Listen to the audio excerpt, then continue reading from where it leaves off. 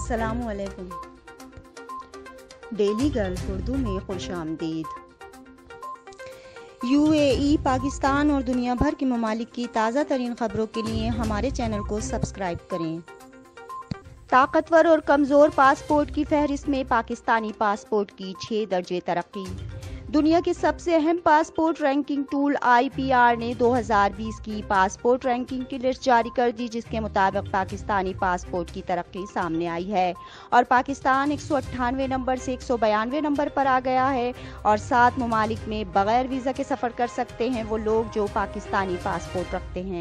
3000 درہم کے guerrilla burger کا مضحکہ خیز اشتہار چلانے پر ریسٹورنٹ کو جرمانہ۔ راس الخیمہ میں محکمہ اکنامک ڈیولپمنٹ کے ایک ریسٹورنٹ کو 3 دن کے لیے بند کر دیا گیا اور جرمانہ بھی عائد کیا، جس نے صرف پبلسٹی کے لیے برگر کی قیمت 3000 درہم بتائی اور غلط انفارمیشن سوشل میڈیا پر پھیلائی، جس پر محکمہ اکنامک ڈیولپمنٹ کے ڈائریکٹر جنرل النقبی نے سوشل میڈیا پر ایسی غلط انفارمیشن پھیلانے سے خبردار کیا، کیونکہ اس سے امارات کے وقار کو نقصان پہنچتا ہے۔ 2020 کے آخر میں فضائی سفر کے کرایوں میں کمی کی خوشخبری سنا دی گئی۔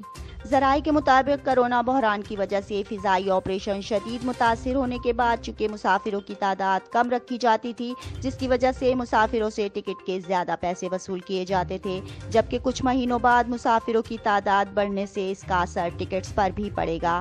بین الاقوامی سرحدوں کے کھلنے تک کرایوں میں کمی کو حتمی شکل نہیں دی گئی ہے۔ کرایوں میں کمی یا اضافے کی تصدیق ہونا ابھی باقی ہے۔ متحدہ عرب امارات ڈرائیور کے بغیر چلنے والی کاروں کو اپنانے کے لیے دنیا کے پہلے 10 ممالک میں شامل۔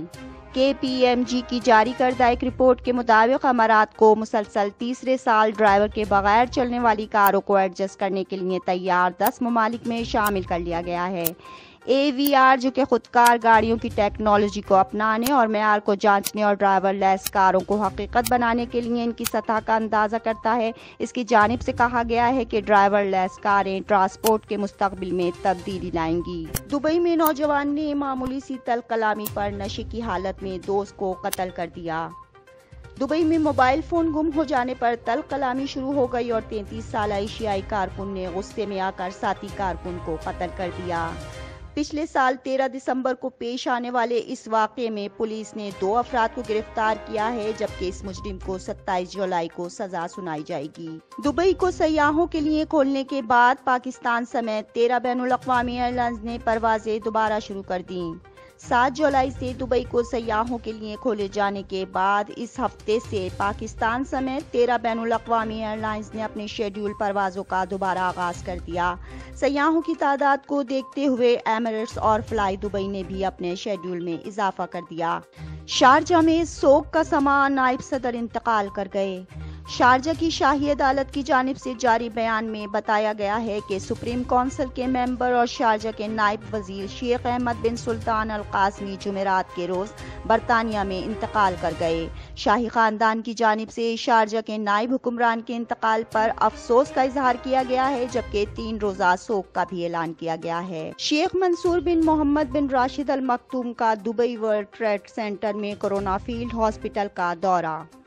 اس موقع پر انہوں نے فرنٹ لائن ورکرز سے ملاقات کی اور ان کی انتھک کوششوں کو سراہا۔ انہوں نے کہا کہ کورونا بحران سے نمٹنے اور چیلنجز کا مقابلہ کرنے کے لیے امارات کے نائب صدر اور وزیر اعظم اور دبئی کے حکمران شیخ محمد بن راشد ال مکتوم کا وژن سب سے اہم رہا ہے۔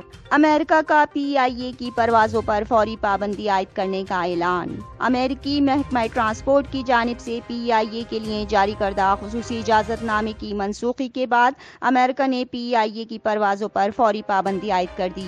یاد رہے کہ PIA کے پائلٹس کے جعلی لائسنس اسکینڈل کی وجہ سے یورپی ممالک نے فضائی آپریشن کے اجازت نامے کو 6 ماہ کے لیے منسوخ کر دیا تھا۔ اب تک کے لیے اتنا ہی، اگلے بلیٹن تک کے لیے خدا حافظ۔